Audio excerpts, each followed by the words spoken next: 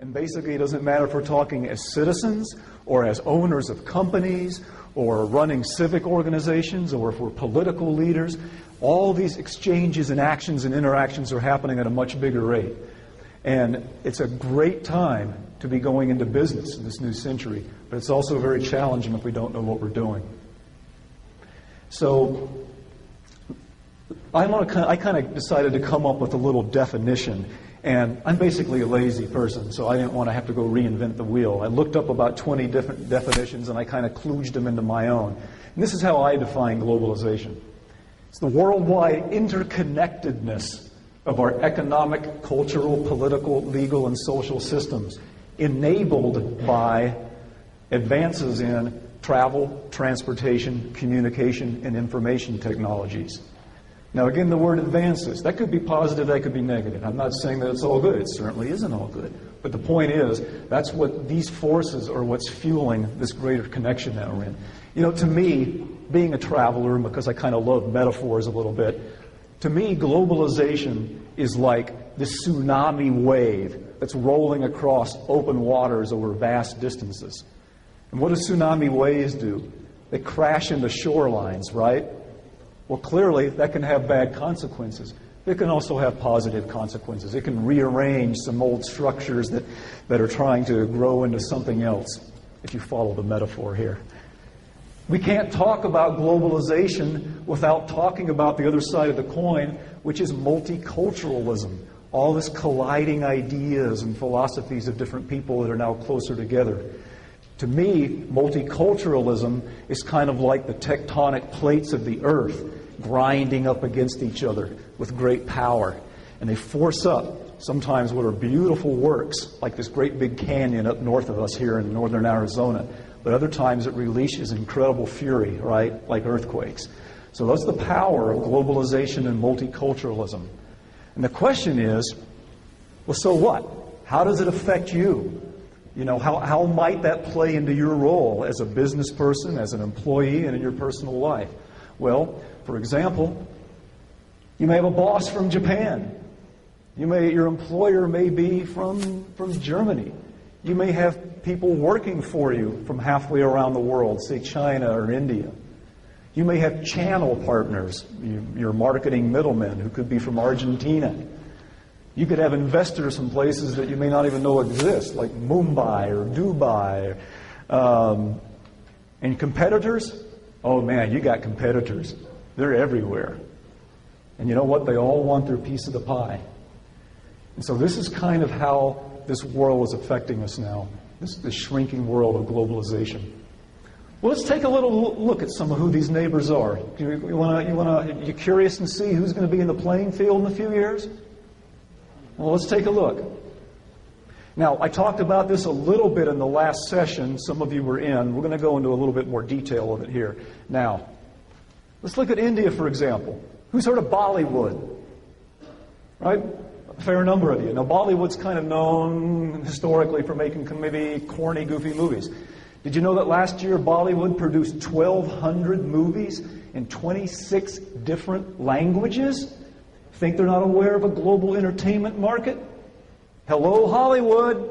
You got competition from Bollywood. China and India are both graduating about 30% more science and engineering and IT and technology majors each year, which basically means they're graduating twice as many about every 3 years. Our growth rate here in the U.S., if you're interested, it's flat. Power production. Oh, I love talking. Algeria. Algeria, which is basically like a bigger, rowdier version of Arizona. They're building the equivalent of 40 football fields right now of photovoltaic cells. You know what those are? Those are the gadgets that collect solar energy and transform it into usable electricity. Because in the next decade, they're going to be sending gigawatts of this electric juice into southern Spain, Italy, and France. They're going to be sending back billions of bucks. Information technology. The last time I was in Ireland, you could buy an apartment, or what they call a flat, in downtown Dublin for as little as $10,000 or $15,000. Now, it wasn't exactly the Ritz-Carlton, but the point is, those same places now, You can't touch for under $300,000 or $400,000. Why is that? Because Ireland transformed themselves into an IT monster, of what they call the Celtic Tiger of Ireland. And as a result, they're now importing jobs instead of exporting them like they used to. And the standard of living in Ireland went from worst in the European Union to best. How's that for a transformation? Let's see. Let's go on to the next one here. We'll jump ahead. Green technologies.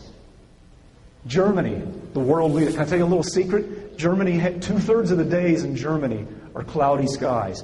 They're the world leader in developing solar technology. I think our friends here in Arizona might want to take some notes from them. What's important about developing green technologies is that it's not just the products that are being developed, it's what they call the intellectual capital, right? The patents, the ownership of the technology, which they can license almost like a commission sale for others to use. There's a lot of companies, folks, that make way more money through licensing than they do through actual product sales. Germany's head and shoulders above us in that. Wireless technology. You know that the Koreans have twice as many households per population using broadband as us? Yeah, pretty amazing in cell phone use. But I got to tell you, there's another side of that story. Koreans also have the world's highest suicide rate. Now, I'm not saying the two are connected, but it's something to think about the next time we think that all of our buzzing and blinking contraptions can buy us happiness and peace of mind, right? Anyway, what they're doing with technology is amazing. Japan, the world leader by a mile in robotics, because these aren't just the hunk of junks on shop floors anymore. These are these cute little characters right out of Jetsons cartoons, and they're going to be all over our hospitals, our shopping malls, and our homes, particularly as our societies age in North America, Europe, and Asia, and people need more and more help. The world of robotics is going to be 30 times bigger in the next 20 years. Japan's leading that. Let's jump down to Costa Rica. It used to be one of the worst countries in Central America in terms of its standard of living, and now it's the highest standard of living. They figured out how to turn 1/3 of their country into beautiful national parks. They're making a mint, not just from tourism, but actually from very progressive environmental management, where they're bringing in large companies from the outside world and doing joint research projects which are resulting in products which are making money for everybody. The companies, the Costa Rican government, the employers, and of course making a great product for consumers. Organic foods. The natural food industry in this country alone is growing 15% a year. The Swedes, southern Sweden, which might surprise you, is a very fertile farming area. They are way ahead of the curve in terms of developing the technologies for food packaging and production and all this stuff in the natural foods industry. Switzerland, it's not just about chocolate and cuckoo clocks anymore. They're leaders in precision instrumentation. And then there's nanotechnology. Who's heard of nanotechnology? Yeah? A handful of you? Nanotechnology is going to produce way more jobs in the next few years than the IT industry did over the last 10 or 20. Can you believe that? Don't let the word scare you. Nano refers to this idea of being able to, where scientists and engineers can now work at the atomic level of materials to rearrange their qualities. What does that mean in practical terms? It means, voila, the same shirt that you might wear to keep yourself really, really warm during a blizzard in the wintertime is the same shirt that you'll be wearing to keep yourself really, really cool in the summertime. How can that be? It's because nanotechnology is in the little tiny invisible microprocessors embedded in the fabric of your shirt. They're invisible. You don't even know they're there, and they're regulating the exchange with the atmosphere.